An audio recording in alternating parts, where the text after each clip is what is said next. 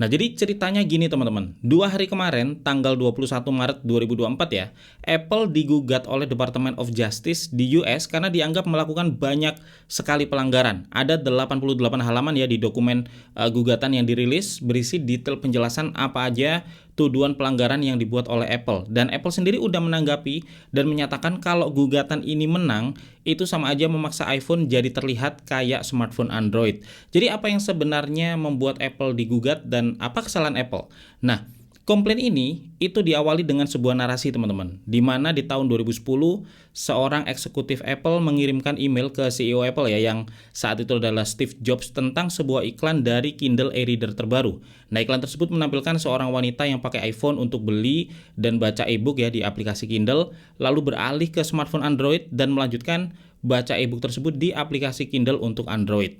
Nah, eksekutif Apple itu langsung mengirimkan email ke Steve Jobs bahwa ada satu pesan yang nggak bisa diabaikan dari iklan ini, yaitu begitu mudahnya beralih dari iPhone ke smartphone Android. Bukan hal yang menyenangkan untuk dilihat.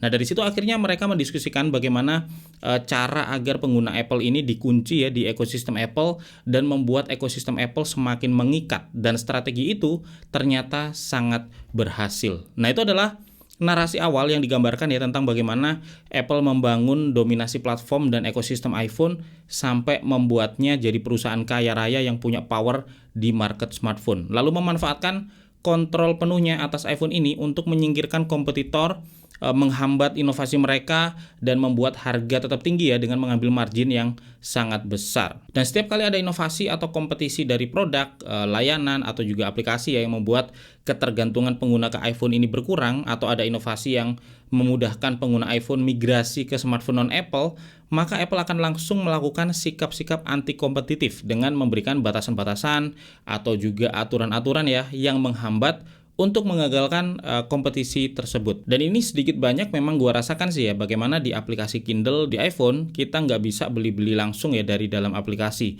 Belinya harus dari web karena pembayaran lewat aplikasi harus melalui Apple Payment dengan potongan sampai 30% dan Amazon memilih untuk menghilangkan opsi beli dari dalam aplikasi ini. Terus bagaimana juga banyak biaya berlangganan aplikasi di App Store ya seringkali lebih mahal dari berlangganan lewat web atau juga lewat Play Store, lagi-lagi karena potongan Apple yang terlalu besar ya sehingga membuat developer harus menyesuaikan besaran harganya. Lalu bagaimana iMessage ini cuman bisa dipakai ya buat sesama iPhone, kalau kita kirim iMessage ke pengguna Android ini langsung jadi bubble hijau dan otomatis berubah jadi SMS biasa yang jadul. Dan bagaimana kita melihat Apple Watch juga bisa dipakai di iPhone aja ya, sedangkan di sisi lain smartwatch yang non Apple yang punya banyak pilihan desain, fitur dan baterai yang lebih awet, ini experience-nya jadi terasa terbatasi saat dihubungkan ke iPhone kayak sync notifnya yang lemot atau nggak bisa balas notif dan yang lainnya. Belum lagi download aplikasi cuma bisa dari App Store dan transfer file atau foto dari iPhone ini gampangnya cuma ke sesama Apple device aja. Kalau mau transfer ke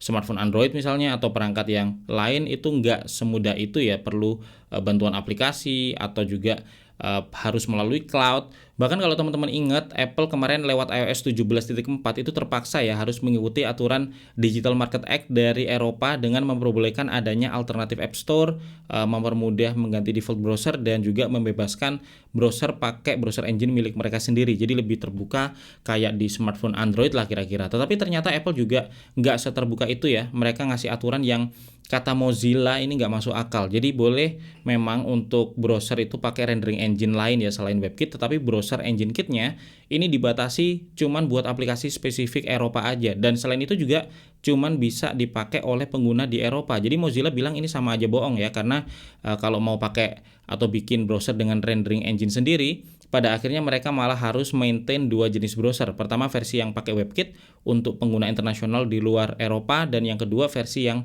pakai browser engine mereka sendiri ya untuk pengguna di regional Eropa dan untuk aplikasi-aplikasi yang spesifik di Eropa. Nah, pada akhirnya ya developer browser ini mungkin bakal memilih tetap pakai WebKit ya daripada harus ribet maintain dua browser sekaligus. Nah, sikap-sikap monopoli dan anti kompetitif seperti inilah yang jadi dasar dari Department of Justice di US ya menggugat Apple, karena imbasnya nggak cuma ngefek ke persaingan antar smartphone aja teman-teman, tetapi ke industri lain ya kayak gaming, fitness, payment dan yang lainnya. Dan ada beberapa sikap Apple yang di-highlight ya di gugatan ini. Pertama adalah bagaimana Apple mengontrol penuh distribusi dan pembuatan aplikasi di iPhone. Misalnya, developer ini cuma boleh mendistribusikan aplikasi iPhone melalui App Store. Apple juga punya App Store Review Guideline yang sangat ketat ya, yang menentukan sebuah aplikasi ini bisa atau enggak untuk muncul di App Store. Dan di dokumen ini dituliskan juga ya, kalau Apple seringkali menggunakan aturan dan juga batasan di App Store ini untuk mempenalti atau membatasi developer yang mencoba untuk bersaing atau mengganggu monopoli power dari Apple. Apple juga mengatur API mana yang bisa dipakai ya oleh developer dan mana yang enggak, bisa dipakai juga buat membatasi fungsi dari aplikasi buatan developer di saat fungsi itu bisa tersedia di aplikasi buatan mereka sendiri. Misalnya, Apple membuat API untuk mengirim SMS jadi private ya, sehingga nggak ada aplikasi pihak ketiga yang bisa menerima dan mengirim SMS. Di saat iMessage itu bisa melakukannya. Saat developer membuat web apps ya untuk berusaha escape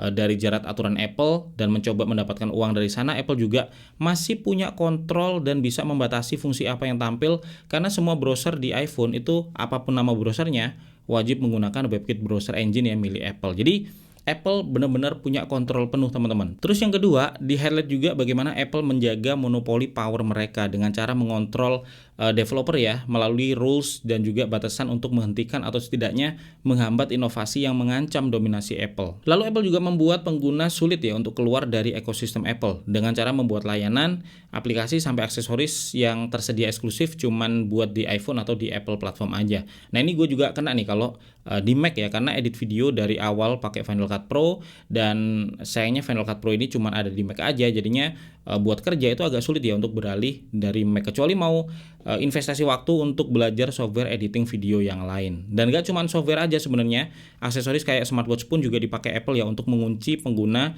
di ekosistem mereka. Misalnya Apple itu mengontrol penuh API yang digunakan smartwatch non-Apple ya, sehingga fiturnya jadi lebih terbatas saat dihubungkan ke iPhone. Misalnya jadi nggak bisa balas notifikasi atau jadi kesulitan maintain koneksi yang reliable, yang membuat pengguna iPhone tuh jadi terbatas ya untuk memilih smartwatch non-Apple yang mungkin ya punya desain atau juga fitur atau kapasitas baterai yang lebih baik lah dari Apple Watch. Sedangkan Apple Watch sendiri benar-benar dibuat full feature teman-teman saat terhubung dengan iPhone. Koneksinya reliable, semua fitur bisa berjalan maksimal, top lah. Tapi begitu pengguna Apple Watch ini terlanjur suka, mereka nggak bisa beralih ke smartphone lain ya, karena Apple Watch juga cuman bisa connect ke iPhone aja. Terus yang ketiga, Apple dianggap sering membungkus sikap anti kompetitifnya dengan alasan untuk menjaga privasi, menjamin keamanan pengguna, dan yang lainnya. Mereka menghabiskan miliaran dolar ya untuk beriklan bahwa Apple device lah yang paling aman. Tetapi di sisi lain, mereka menerima juga miliaran dolar ya per tahunnya untuk menjadikan Google sebagai search engine defaultnya, dikala ada banyak opsi search engine lain yang lebih private. Tetapi yang unik teman-teman, di dokumen gugatan ini juga disebutkan bagaimana Apple memiliki lebih sedikit kompetisi daripada lawan-lawannya, bukan karena Apple membuat produknya lebih bagus, tetapi karena membuat experience produk lainnya itu jadi lebih buruk. Nah, masih ada banyak poin-poin ya sebenarnya dari gugatan yang dilayangkan buat Apple ini. Teman-teman bisa baca sendiri, linknya bakal gua taruh di deskripsi. Tetapi itu tadi beberapa highlight utama ya tentang kesalahan-kesalahan yang dilakukan Apple menurut Department of Justice di US yang membuat Apple jadi digugat. Nah, gugatan ini pun punya efek besar teman-teman ternyata buat Apple ya. Nilai saham Apple itu langsung turun sampai 4% sejak beritanya muncul. Apalagi Apple punya beberapa kali catatan juga ya kalah saat digugat oleh Department of Justice. Apple sendiri mengatakan gugatan ini mengancam karakter dan prinsip-prinsip mereka ya, yang membuat produk Apple tuh beda di pasar yang sangat kompetitif. Kalau gugatan ini menang, itu bakal menghalangi kemampuan Apple dalam membuat teknologi ya yang banyak diharapkan oleh pengguna dari Apple, di mana hardware, software, dan layanan itu bisa berjalan secara harmonis teman-teman. Nah, Apple juga mengatakan kalau gugatan ini sampai menang, maka iPhone akan berakhir menjadi seperti smartphone Android. Jadi gimana menurut teman-teman? Apakah gugatan ini sudah tepat atau malah salah sasaran? Gue sendiri merasa ya kalau apa yang disampaikan di beberapa poin gugatan ini memang benar dan memang terjadi. Gue sendiri juga ngalamin beberapa di antaranya.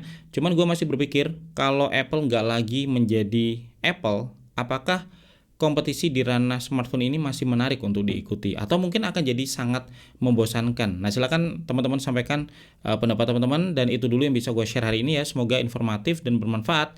Like jika suka video ini atau subscribe biar nggak ketinggalan info tekno menarik lagi seperti ini di kemudian hari. Nah, gue Febian dari Kepoin Tekno pamit dulu. Sampai ketemu lagi di video tekno menarik lainnya besok.